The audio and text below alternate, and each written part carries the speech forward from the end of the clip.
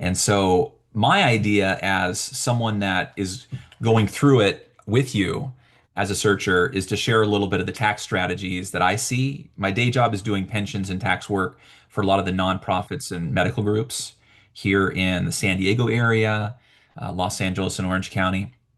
So I thought we would just talk a little bit about what we're all doing.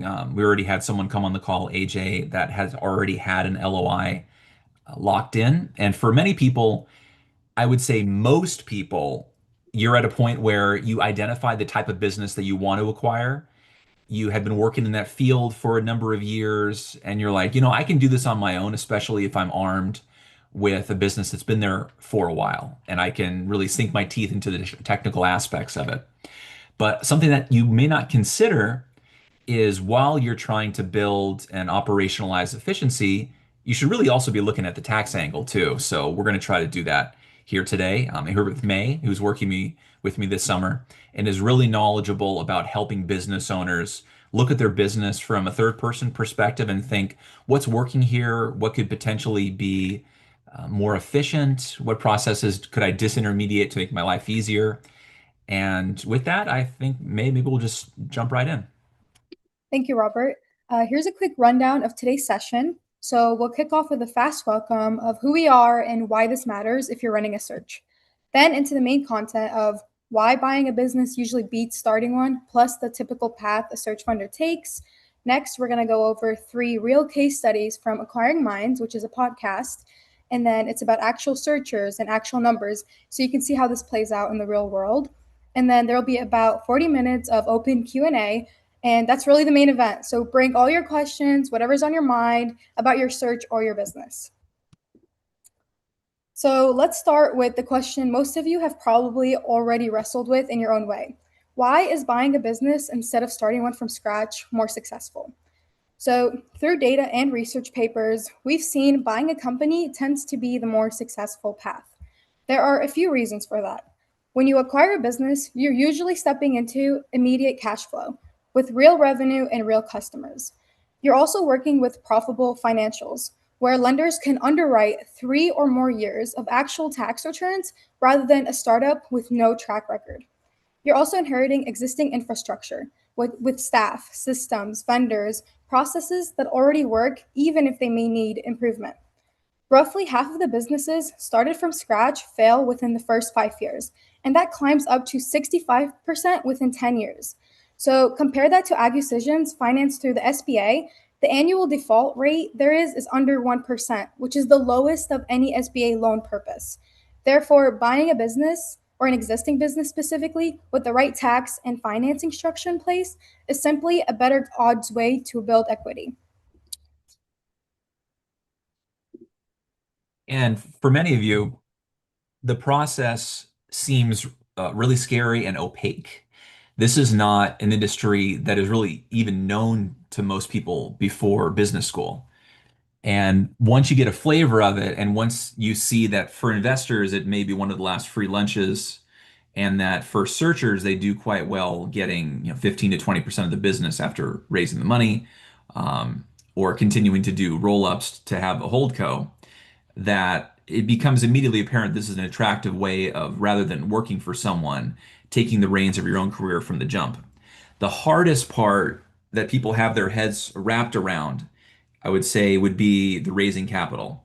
Finding the businesses, majority of the businesses, actually more than 90%, are purchased through business brokers. Even nowadays, when you can find information on the internet, when people continue to call businesses to see when someone's going to retire or what's the multiple they're looking at their business, whether they're growing or declining.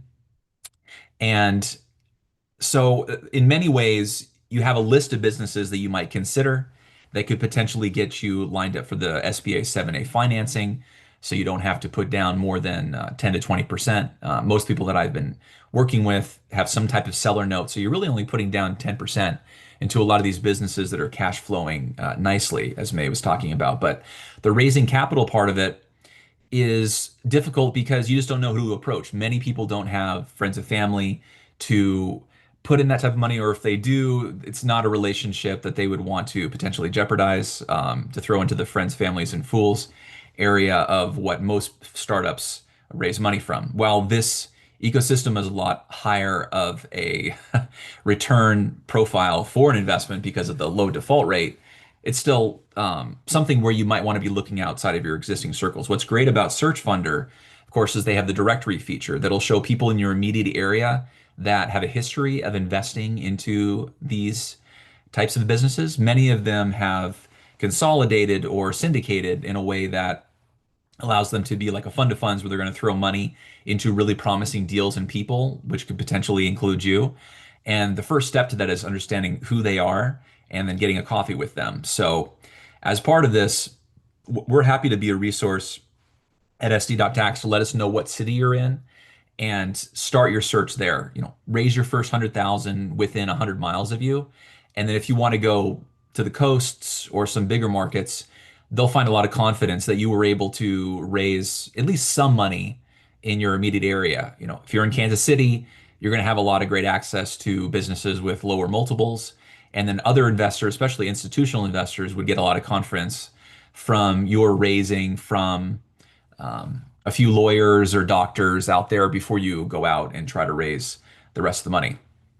And there are people that are on the platform here that are M&A advisors, that are lawyers that are retired that may want to offer their assistance for venture shares in the business or something that's not going to bleed you dry in terms of cash while you're acquiring it or while you're doing the due diligence or while you're going through that 2 year J curve of sorts where you're burning money to make sure that you get buttoned up on the best business for you to buy.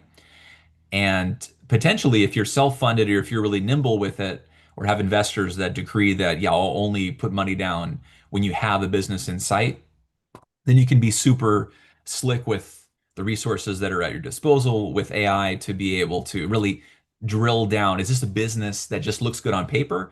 Or is this something that I could really sink my teeth into and work here for 5 to 10 years before I refinance it on better terms? If it has some real estate component to it that you can have the money run through to get a commercial loan at a lower interest rate and retire the SBA debt, or do what many people do and just sell. And along the way, your primary focus is making friendly with the employees that work there, but also increasing the EBITDA to the extent that you can find vendors that may be more aggressively willing to work with you and giving you better terms. Certainly reducing the taxes or thinking through at every stage, how can you best sell the business and immediately get the, let's say, tax deduction or depreciation from the equipment as opposed to using stock, or thinking what are ways that I could sell this that if I do have a big tax bill that I don't want to roll over into a bunch of the types of vehicles that we're going to talk about, that I can just immediately write off in the form of depreciation. Because you will, if you have one of these businesses, reach an exit point. It's possible that even if the business doesn't increase any more profitability, that you can sometimes find a buyer, especially if you're doing roll-ups, that will give you a higher multiple. So don't be discouraged if this becomes a lifestyle business of sorts and you really can't eke out as much, or there's a competitor that comes in that doesn't let you take any more of the pie that you originally had hoped for. So there's a lot of ways to win in this space, especially if you're looking for the tax side as well as the efficiency side. So, adding on to that, we put together a few case studies where we've shown different people or searchers specifically who went out there and acquired a business and got some success out of it. So, this one specifically is on Sandy Page and his business called Explora BioLabs. So, Sandy wasn't your typical searcher. He raised his fund at 48 years old, and it took him close to 9 months of fundraising, with a lot of investors only willing to commit half units. But once he closed, things started moving fast. He signed his LOI just 7 weeks after closing on his capital. The business he bought is in biotech, where basically biotech companies often need special lab space to do research on animals. But building and running that kind of facility yourself is expensive and complicated. So instead of every biotech company building their own, this company basically rents out ready made lab space to them on demand whenever they need it. So this company originally started with 2.5 million in EBITDA back in 2017. There was hypergrowth ever since, over 40% year over year for 4 straight years. And he ended up selling the business for $295 million to the biggest player in that industry, also known as Charles River Laboratories. So instead of using his own money to build new labs, he got landlords to pay for it. And he only signed a deal if enough space was already promised to customers first. That smart, careful plan let the business grow so fast without taking big risks. And that's how the company profits grew huge in under 4 years. The next case study is on it's a company called Abound Health by Jenna Wingham and her brother Dennis. So in 2018, their siblings and they were fresh out of business school. They teamed up to buy a company. They found Abound Health, which is a Medicaid-funded home care business doing $10 million in EBITDA, and closed the deal for about $85 million right in the middle of COVID.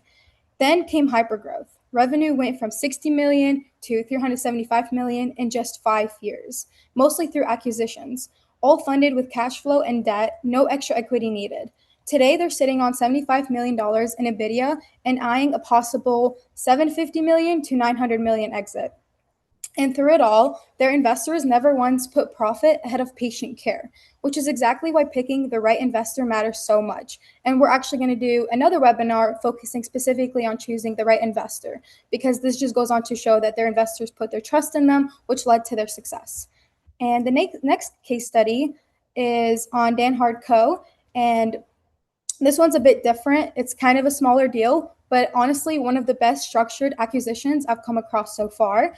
And this is David Graff, and his company is called Danhard. So David's background was he was actually a chemical engineer from Texas, and he had known about search funds since 2020, but wrote the whole idea off because he didn't want to quit his job and go get an MBA until he finds out in 2023 that there's actually self-funded searches. So he kept his full-time job the entire time he was searching, and it was actually a huge advantage. Of course, there was no financial pressure, no rush decisions, of course.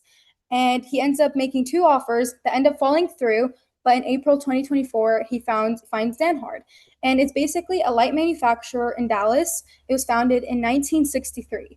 The company helps build HVAC systems for ambulances, fire trucks, armored cars, and it's a small business, about 750K in EBITDA.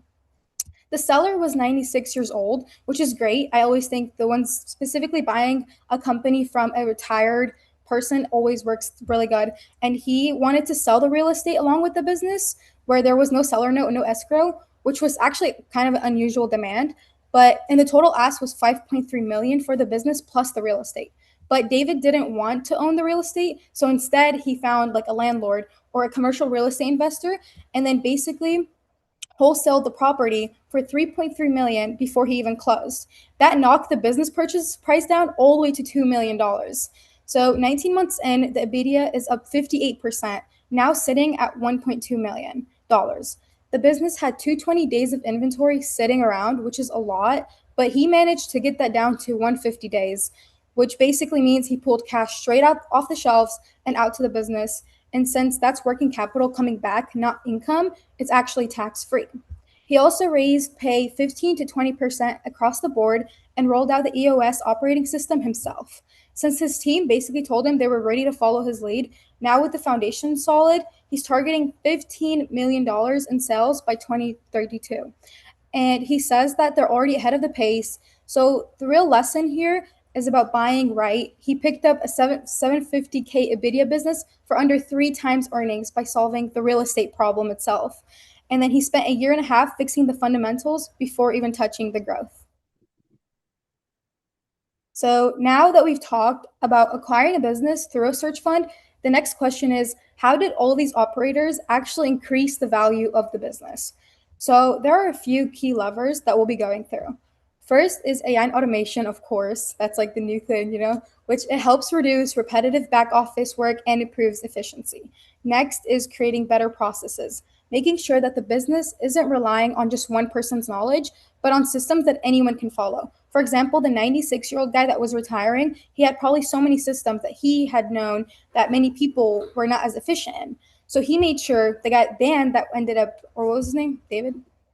David ended up acquiring the business and then hiring the right people instead that were efficient in that knowledge to run the business. So next is creating better processes, making sure that the business isn't, well, we already said that. Operators can also look for ways to make the business run more efficiently. That could mean adjusting pricing or improving staffing or just finding better deals with vendors to cut unnecessary costs. If there's a problem outside of their expertise, they'll bring in consultants who specialize in that area, which is what David did. The ultimate goal is margin expansion, where we turn revenue costs or growth into cost savings into higher profits. On the right on the right side of the slide, you can see how this impacts the value chain. We start with revenue, then we manage expenses, which helps improve EBITDA. Since many businesses are valued as a multiple of EBITDA, even small operational improvements can significantly increase the company's overall valuation. And that ultimately is what you're trying to do here. You want to figure out a way to make these businesses more attractive to the ultimate buyers, or certainly the bank that will be refinancing it or giving you some type of exit financing. So people get overly complicated, or they think through all these additional steps, but you have these core steps that are going to define what your life is for the next likely 5 years. You're buying it, you're making it more profitable. And along the way, there are sharp ways to do that from a tax perspective. Most people think when it comes to research and development that the big winners there are biopharma and people that are trying to save lives. And that is a definite big part of it. That's kind of the bread and butter of what I do for the nonprofit groups or biomedical groups that are trying to cure cancer. We have a few in San Diego that are doing a lot of great work with liquid biopsies there. But you, as a searcher, can also benefit from that. Like, imagine that you purchased a financial services business and you're looking for a more efficient way of, let's say, catching coverage on gold or silver. And that includes paying your employees to do research into how to create an automated bot, to open positions when a particular market event happens, or any sort of thing that generates or is an iterative improvement in the business's ability to compete or drive revenue. That's something that could be considered R&D activities. Really, in just about every industry, whether you're in healthcare, engineering, specialty contracting, as low tech as it gets, if you have hours that you're dedicating, your employees are dedicating specifically to increase the efficiency of your business and are in some capacity able to point to a computer or a digital tool that you're using to get there, there's likely a justification that we can wrap around saying that these are specifically R&D activities. So the IRS likes to incentivize that because, as many of you know, every dollar that's put into research and development produces quite a bit of profit. Um, that's one of the reasons why the National Institute of Health doles out as much in grants as they do, because they know that the IRS is going to be able to get it back in profitability from worldwide profits and all this innovation that drives growth. So take advantage of that because that can shield a good amount of taxes. Certainly, retirement planning. Many people don't consider this from the jump, but you have to consider that. Let's say you're buying an HVAC company for 3 to 5 times EBITDA. You're going to be able to pay your SBA loan handsomely. And then in many cases, there's enough there that you can pay yourself the salary of the difference, right? So you're going to be making, in many cases, people are fresh out of business school, 6 figures, that many of them just bite the bullet, especially in California and New York, and pay taxes when there's really good ways to be able to not have to pay those taxes, but still put that under your control. So, cash balance defined benefit plans for you as a solo searcher or for your entire business.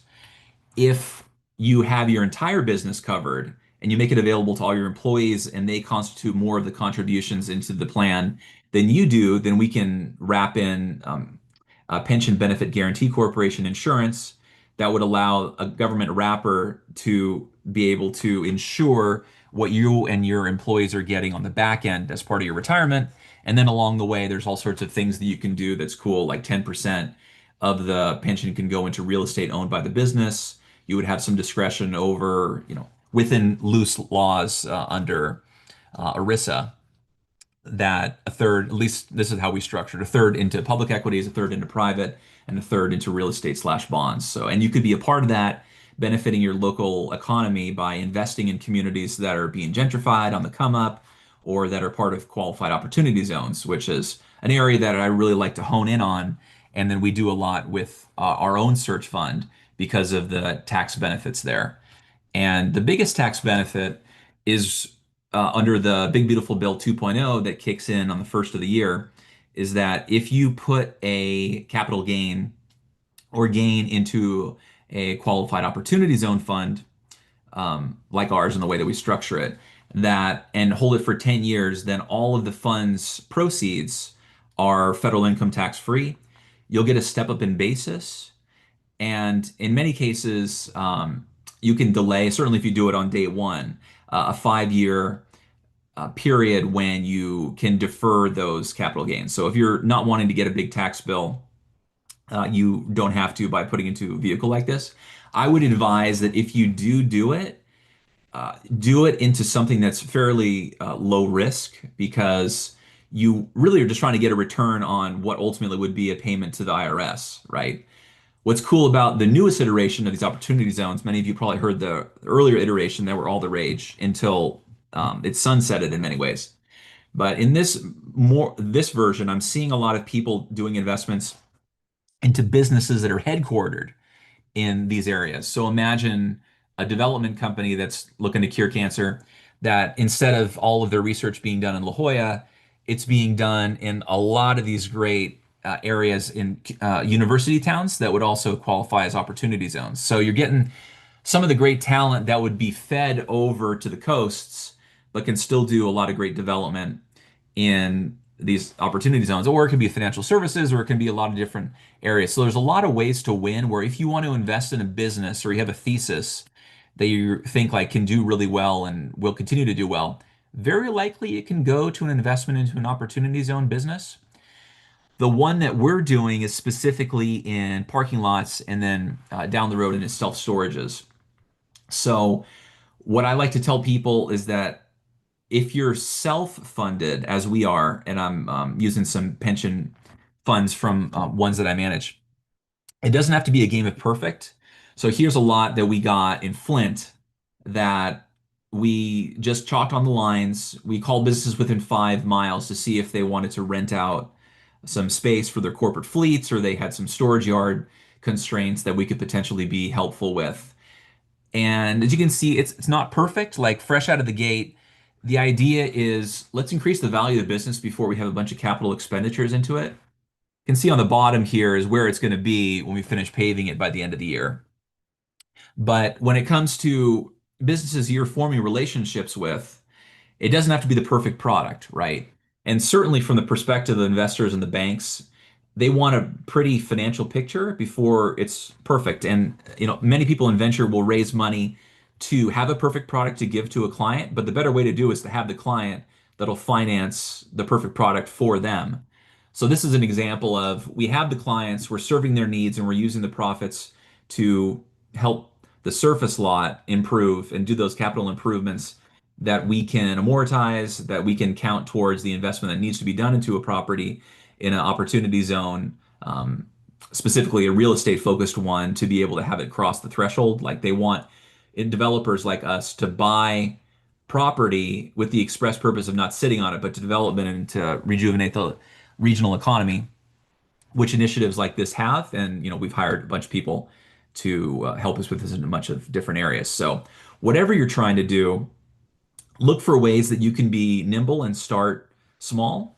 I would encourage many people that if they're trying to a traditional fund and you're trying to raise money and having difficulty with people envisioning you, let's say running a mail center, there's ways that you could run and or purchase a very small mail center and then say all the ideas that I iterated with and the processes have played successfully here. So they're likely to also carry over at scale rather than I worked in a mail room and I really want to be my own boss. So this has worked well for us, showing the learnings from here. investors feel like the mistakes that we've learned along the way have been with our own money rather than theirs, and they see it as a lower risk. So when you're going through this search process, as many of you have, and you're either at the LOI stage, or you identified a type of business, or you're still looking through business listings, or you're either earlier on where you're trying to raise money, you're asking yourself, when you're looking at this business, can I help the way that the things have been doing in some way? If it's an e-commerce business, can I learn Google ads or Facebook ads? Can I help with how targeted their advertising is? Am I willing to do market studies? And how serious am I about growing the revenue? Because when you grow the revenue and you're moving the profit through the property, as we are with these self-storages and parking lots, like you're going to be able to get 10 times your EBITDA. So it's in your best interest to make a dollar of profit because you'll be able to control 10 on the back end. And then now, as May so eloquently uh, talked about, to what extent can technology rewrite the rules on what was traditionally possible, even in these low tech areas? So that doesn't necessarily mean having people be replaced by AI bots over the phone. Like you still want to maintain these relationships and not go overboard. But to what extent can one person manage an order flow or use the existing tools to do a lot more in their job without being stressed, or being able to push things off to AI experts that could help them with a lot of the automation and take them away from the drudgery for more high level work? And then I would encourage you, especially if you're in the stage where you're ready to buy the business, think about what your life plan is, right? Like if you're going to sell this business for 10 million and then return 8 to your investors and you have 2, what's that going to look like on your own tax roll? Like, are you going to be able to continue to take a profit as you are doing an earnout from an acquisition? Are you going to be able to put some of that money into a structure for either your own pension for your family's retirement, or into a qualified opportunity zone to save on some taxes with that? Like, how do you approach this money? Because many people that I talk to, they burn themselves out over the 5 years of doing this and they want to take a year vacation. So you can do that, but just make sure that the money that you have is into some investments that would allow you to do that without touching the principal.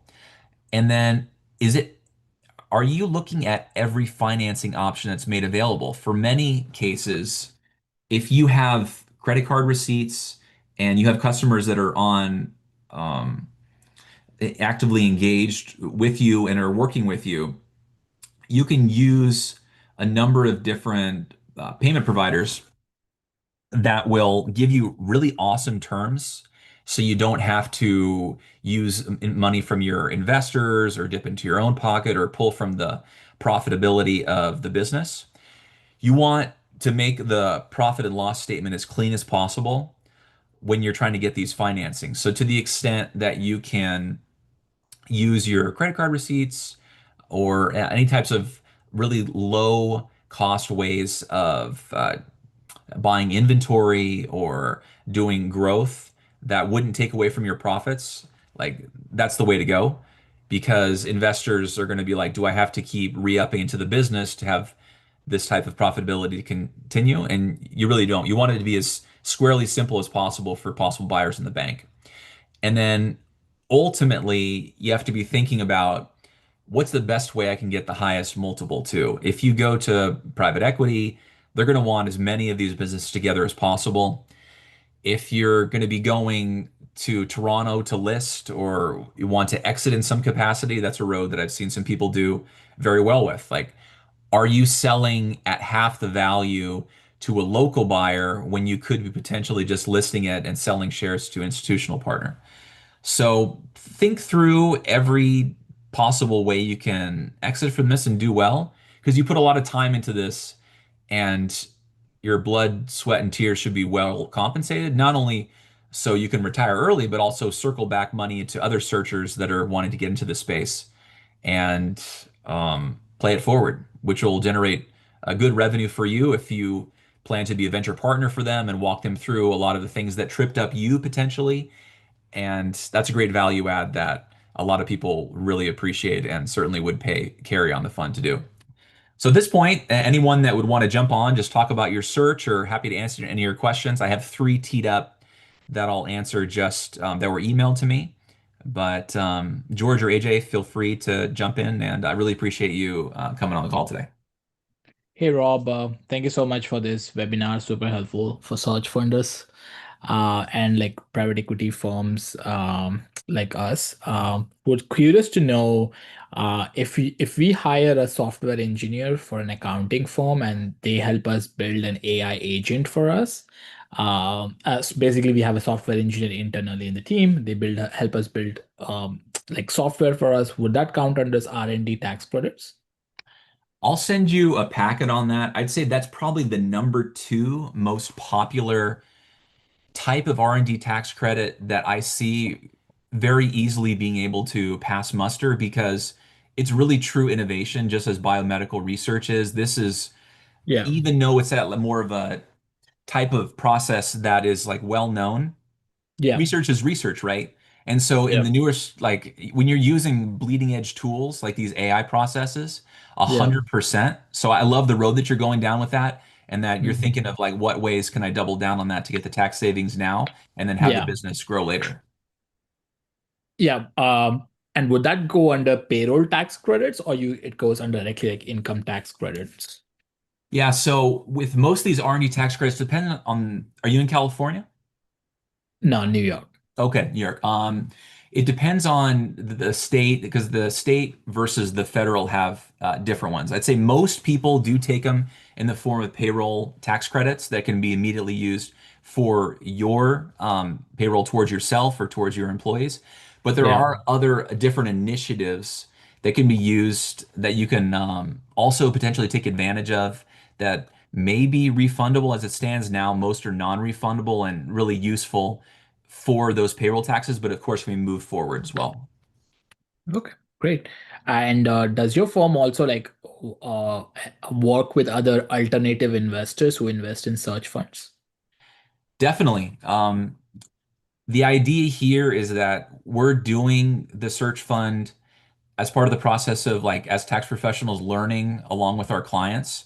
So Okay. we're happy to offer advice or perspective to any investors too. Actually, we found a few prospective investors that searchers have introduced us to where the investor, they're diligencing it as an investment as a whole. Like they read the Stanford studies and they see Yes. like the returns there, but they just Yeah. want like a third party to diligence. How would this work for this business as an investor? How could I potentially shield my income when I get a payout from this SBA loan? And then we package a due diligence packet that we send to them.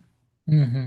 And a lot of times, even the investor would just knock out our billable hours. So the searcher themselves would have a partner that they could introduce to someone, and Hmm. it's just like a part of the cost of doing business, right? So we see ourselves as like really a partner to the searchers to get everything buttoned up from the investor perspective. And then once we have that once, then we can repurpose it to all your other investors, right? So like it's Yeah. an opinion tax letter specific to your business that you can Hmm. shop around and that you didn't pay for.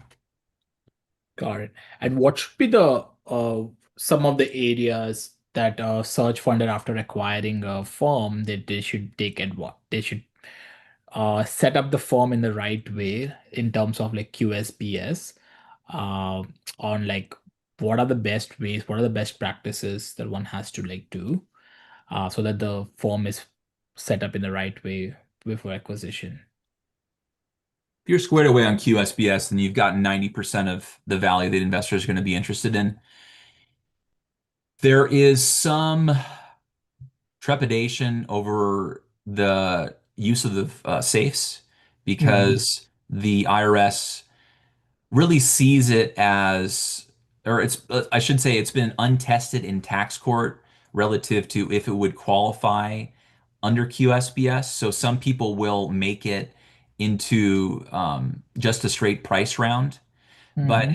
as far as I'm seeing, there hasn't really been too much pushback on that. although a lot of the lawyers here in the San Diego area will craft a type of safe for Mm. investors that really is a price round. So if down the road the IRS tries to disqualify a transaction, that you can say, well, we actually had a valuation on this business once it went through LOI, and Yeah. that's when the clock sort of starts. But when you're dealing with some sort of business where they're getting a few $1 million payout, you really Yeah. don't want to lose sleep at night with the possibility that a safe would not pass muster.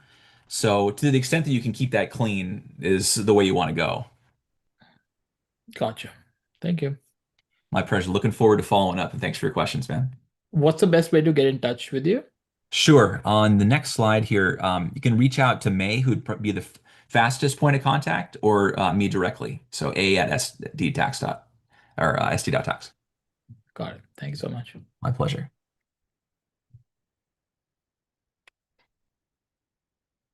Well, I really appreciate everyone coming today. Why don't I hit through these three questions? And George, feel free to jump in if you're so inclined. Someone asked, what's the biggest advice for someone still searching?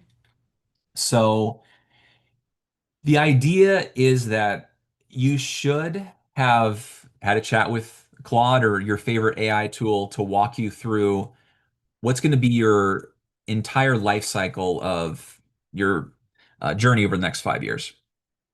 And in many cases, you'll have to think about not only what you want to buy into, but ultimately what kind of business do you want to sell? And the that comes with an entity structure that, as AJ was mentioning, that qualifies for QSBS, that has financial reporting that is simple and to the extent that it's as easy as possible, will save you money on the financial constraints towards whatever pensions you have to save taxes or IRS reporting. Any sort of improvements that you're making to the business, to the extent that you can include key employees, but ones that if they leave, they're not going to be taking away all of the value of the business with them. So they're not expendable, but certainly would be someone that could be not necessarily an inherent risk to the business that you also would be facing when you go into the business, right? Like you want the core IP of the business and the processes to be much of the value, less so individual people that have sole ownership of a lot of the relationships in the business in and of itself. And then, you're thinking about tax strategy through a thread as running through the entire search journey that affects you, that affects the business, and then affects ultimately who acquires it, right? Like it's a lot more attractive to someone that's buying it and they're being able to immediately depreciate a bunch of equipment or other assets that you bought as part of the process rather than just saying buy my business and it's going to be all goodwill and you're going to you yourself will have a good sized tax hit. Second one is already kind of mentioned was can traditional businesses qualify for R&D tax credit? And 100%. The top two that people think of when they think R&D is software and biotech, but we've seen ones for the most popular type of search fund, which is the HVAC companies that have qualified. Certainly healthcare businesses, even ones that are low tech that are caring for senior citizens, um, dementia care, that if you're iterating on the ways that exercises can increase the cognition levels or activities of daily living, like there's just a lot of ways to win on that. And having a partner that could write an opinion letter to spell it out to the IRS is something that would be in your best interest. A lot of the CPAs that we deal with and that we contract with as part of the firm and tax attorneys, they're not wanting to introduce something new. Like they just want to get your returns on a yearly basis and send you a bill. But it's in your best interest to think through what are some ways that I could win on a tax perspective. And if you're not the person that's going to be bringing up, in many cases, they're not as well. Like their hourly cost of introducing something that could potentially lead to some more research on their side that they may not be able to bill you for, or any sort of intangibles that set them off from what they like to do on a daily basis is going to be hard for people to do. So I would encourage you, if you don't use us, use a CPA firm or find a tax attorney that specializes in helping people defer taxes or using some of these alternative instruments like the qualified opportunity zone funds. So whatever business you in, there I can very confidently say, unless you're financial services and you're just buying a stock brokerage or something that is so antithetical to a lot of improvement or innovation, that there is some type of R&D tax credit that you can do or have your employees do that would generate that credit for you immediately. And then ultimately, how do you decide between asset purchase and stock purchase? You know, from a tax perspective, you as a buyer and your end buyer would prefer asset purchases.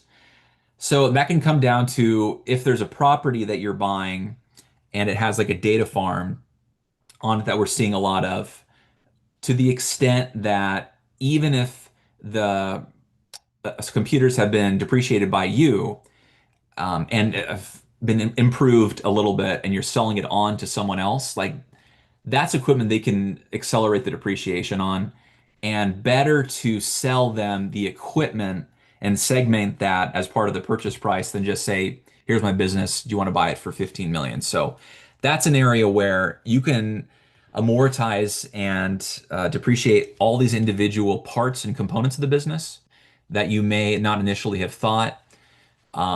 Trucks, equipment, vehicles, those are the things we think of first. That's why, yeah, HVAC companies or plumbing companies and non-traditional or traditional businesses that are in that space are just great acquisitions all around. Because as you increase the fleet, change the branding if you buy it, then you can immediately see a tax deduction there. So the optimal structure is really the one that maximizes the efficiency for both parties, but you may get a buyer, and certainly the bank is one where they just don't really care, so you want it to optimize to the best that you can for yourself. Really appreciate everyone coming on the call today. We'll have one or a webinar in a week, as May was mentioning, for search fund investors, where you can think through how can you best invest in your friends, family, members of the community that you know have a good head on their shoulders, that they're buying a business that the SBA says is 99% likely of paying back at least a good amount of the loan, and in so doing, will also pay you back handsomely. So many of the same vehicles that benefit you as a searcher, you can also keep with you when you become an investor on being the other side of this transaction. So feel free to check us out, SD.tax. Um, and if you're in the nonprofit or life science space, delmar.org. We really appreciate you coming today, and feel free to connect with me or May directly. Thanks, guys. Appreciate it.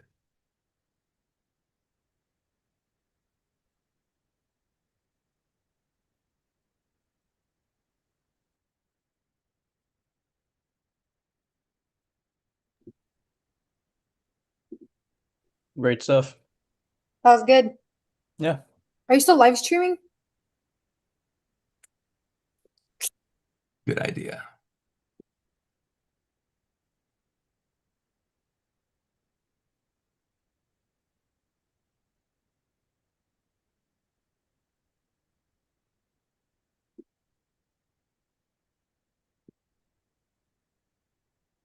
No, it ended when we stopped the. Let's see now.